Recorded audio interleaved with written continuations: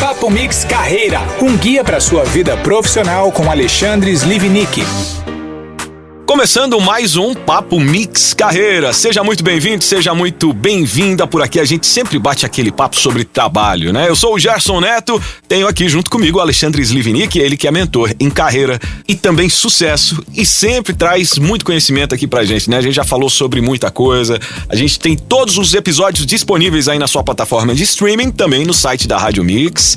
E hoje a gente fala sobre vida profissional e vida pessoal. Caminham juntas, Ale? Responde pra gente aí. Boa tarde, grande Gerson. Boa tarde você que está ouvindo a gente aqui na sua plataforma preferida, o Papo Mix Carreira.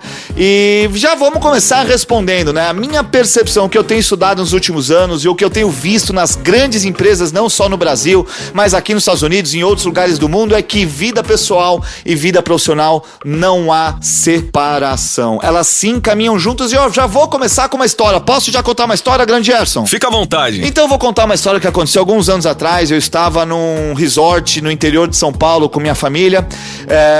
E aí, por razões éticas, como é uma história não tão boa, não vou contar o nome do hotel, mas eu estava com a minha família, domingo, 2:30 da tarde, um calor, 40 graus, Leonardo e Beatriz, meus 2 filhos. Eles na época tinham 4, 5 anos de idade. E nós estávamos brincando na piscina com a família e de repente chegam 4 personagens do hotel. Na verdade eram, enfim, tios do hotel vestidos de personagens, né? Mickey, Minnie, Tico e Teco. Leonardo e Beatriz saíram correndo pra brincar com os personagens e eles começaram a interagir com o Tico. E o Tico tava interagindo muito bem com os meus filhos. Eu tava lá tirando foto e filmando.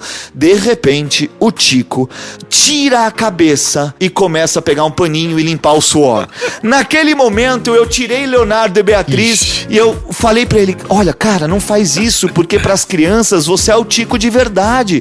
Ele virou pra mim e disse, pô tio, nem você aguentaria nessa fantasia, nesse calor de 40 graus. Eu falei, eu sei, mas faz um esforço pra mostrar pras crianças que você é o Tico. E aí ele colocou a cabeça, continuou brincando, as crianças voltaram. Eu sei que 10 minutos depois, o Tico olhou pra mim, me procurou, apontou pra mim, tirou a cabeça na minha frente, deu um tchauzinho pra mim e foi embora. Putz. O que aconteceu nesse episódio? Bom, quando aquilo aconteceu, claro, eu que estudo isso já há muitos anos, eu decidi correr atrás do gerente do hotel para reclamar aquilo que tinha acontecido, né? Porque afinal, ele tinha destruído a infância e a fantasia dos meus filhos. Não encontrei o gerente do hotel, era um domingo, imagina, 2:30 da tarde, resolvi mandar um e-mail pro hotel.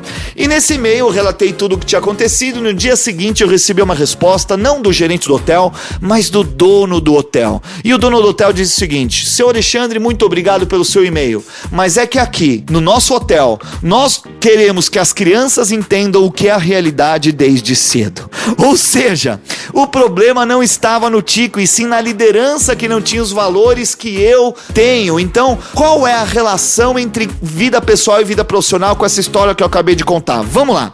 O Tico, que era um ator, um funcionário do hotel, talvez estivesse passando calor embaixo dessa fantasia. Mas ali, no momento que ele tá na frente das crianças, ele tá no palco. É o momento dele doar 110% da energia dele pra encantar aquelas crianças. Então, se ele tem problema, ele tem que ir pro bastidor, no lugar onde ele não é visto. Então, o que acontece?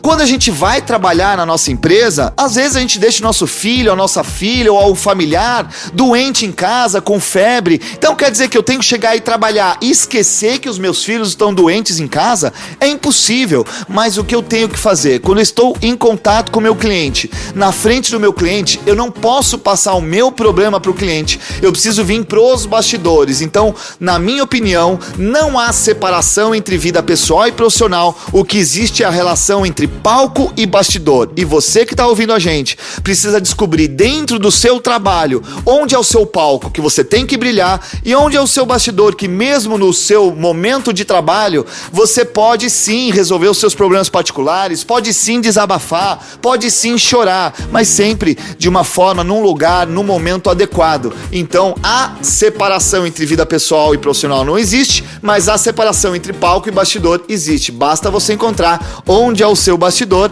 para você poder encantar o seu cliente quando você estiver em contato com ele. A gente precisa então enxergar aquela linha que pode ser tênue, né?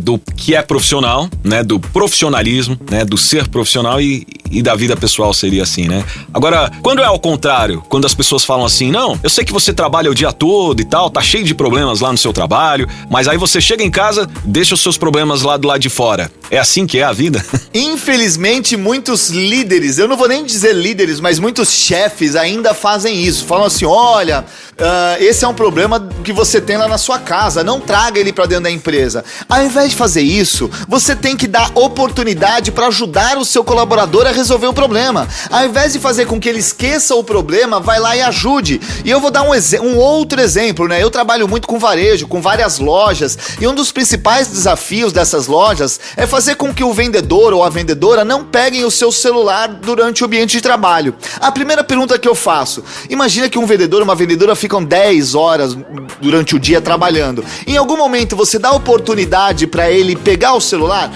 Normalmente só no horário de almoço. Então vamos fazer o seguinte, o celular vai ser inevitável. Ao invés de você proibir e só em um momento você permitir, faça que a cada 90 minutos ele tenha 10 minutos de intervalo para resolver os problemas dele.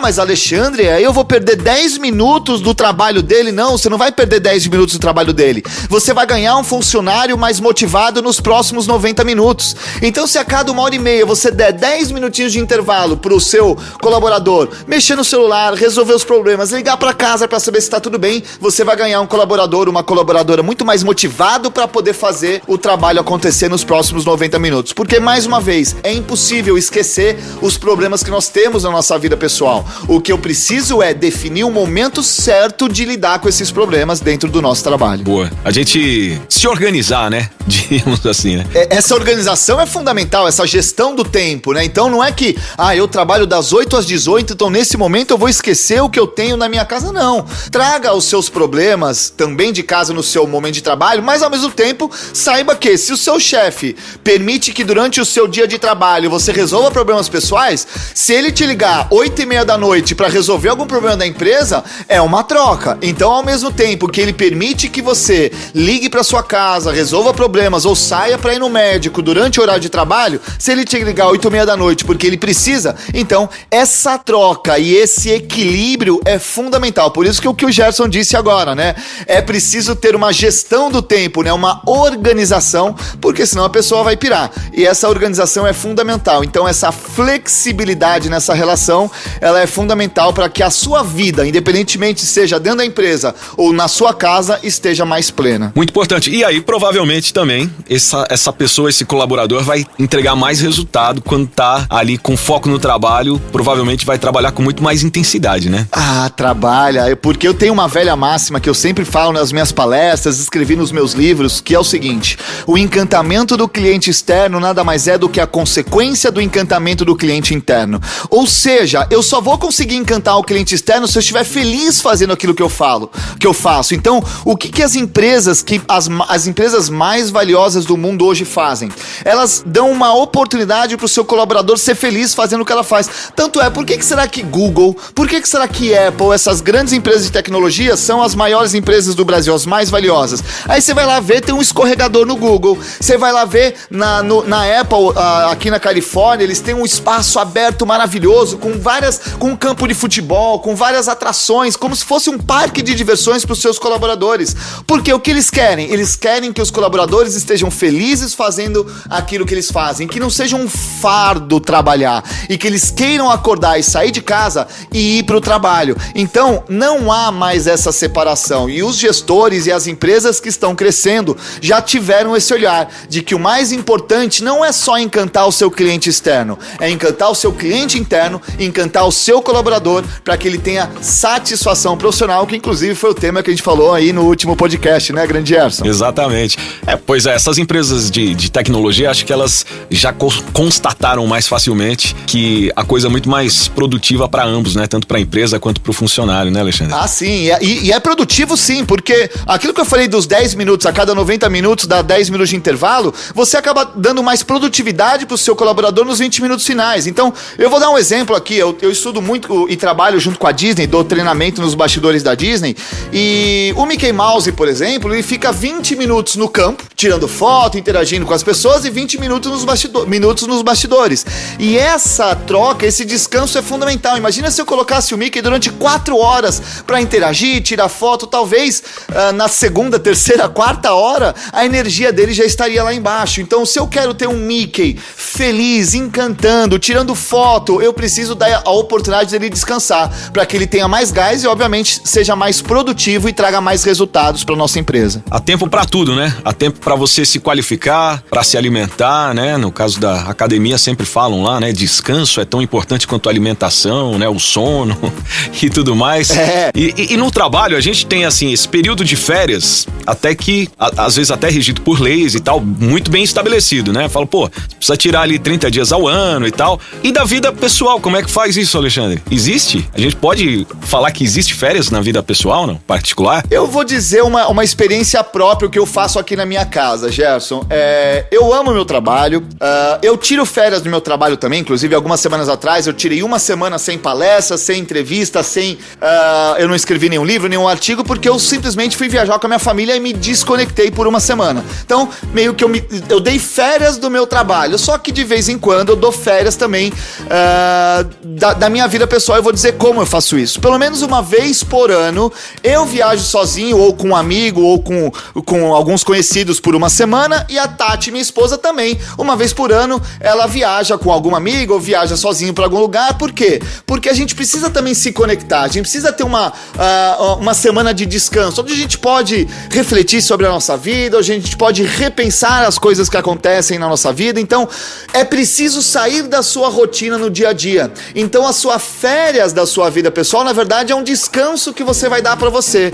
Eu falo por mim, eu tenho 2 filhos que eu amo, sou extremamente apaixonado, amo viajar com eles, mas de vez em quando ficar 2 dias sem a responsabilidade de horário, sem me preocupar se eles comeram ou não comeram, se eles fizeram lição, isso é muito importante. Então, inclusive, faz bem pro próprio casal. Quando você volta pra sua família, você tá muito mais pleno, você tem mais felicidade, e aí a gente vai mantendo essa chama acesa, né? E aí tem a ver muito, já que a gente tá falando, né? Quanto mais feliz você está na sua vida dentro de casa, mais feliz você estará no seu trabalho, porque as coisas estão relacionadas. Entendi. É porque a palavra férias já soa assim, como já cria naturalmente essa relação com o trabalho, né? Já tem esse som, né? Já soa pra gente. Aí, quando você quer levar isso pra uma vida pessoal particular, você fala, ué, mas como assim férias, né? Minha família jamais vai deixar de ser minha família, filho, esposa, né? Mãe, o que quer que seja. Mas, de verdade, não, é aquele tempo da gente arejar a ideia, né? Exato, e se desconectar. Eu, quando viajo, eu vou muito pro Brasil. Antes da pandemia, eu ia 2, 3 vezes por mês pro Brasil. Agora eu vou um pouquinho menos, mas ainda assim,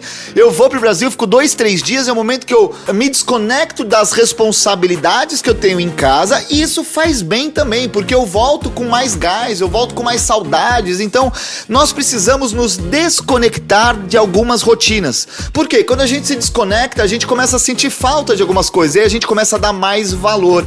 Então, quando você traz essa reflexão belíssima das férias, as férias não servem apenas para o seu trabalho, as férias servem para a sua rotina diária, no seu dia a dia. E quando eu falo, já vou deixar claro aqui para não criar polêmica, tirar férias da esposa não é fazer besteira por aí, tá, gente? Quando eu falo tirar férias de casa, porque senão as pessoas falam, olha o Alexandre, que sapeca. Não é tirar férias da esposa nesse sentido. Vamos deixar muito bem claro isso, né? Logo mais ela vem aqui, entra no meu estúdio aqui e começa a me bater. Mas tirar férias da sua rotina de casa por 2 dias, 3 dias, e você permitir que as outras pessoas façam o mesmo. Os meus filhos, às vezes eles fazem summer camp de uma semana ou alguns dias, e eles têm uma rotina diferente daquelas que eles estão acostumados. E quando nós saímos da rotina, a gente acaba dando mais valor do nosso ambiente familiar e na nossa rotina familiar no dia a dia. Eu ia tocar justamente nesse ponto, né? Porque não precisa nem ser férias. Às vezes a gente tem um fim de semana diferente, a gente conhece um lugar novo, né? Como eu disse, areja a cabeça, né? Tem novas ideias e volta pro trabalho mais inspirado. Isso, por que não acontecer dentro de casa também, né? Você cria uma relação até diferente, né? Às vezes pode passar a dar mais valor pra relação que você tem ali dentro de casa, né? Ah, com certeza. E a criatividade tem a ver com isso, com o espaço diferente que você tá. Eu posso dizer por mim, sempre que eu decidi escrever um artigo novo ou um livro novo, é porque eu tava viajando pra algum lugar completamente completamente fora da minha rotina. Por quê? As empresas hoje valorizam isso, né? As pessoas que saem da caixa, as pessoas que pensam diferente. E para você pensar diferente, sair da caixa, o que você tem que fazer? Sair da rotina. Porque se você tiver naquela mesma rotina no seu dia a dia, você vai pensar sempre nas mesmas coisas. Então, quanto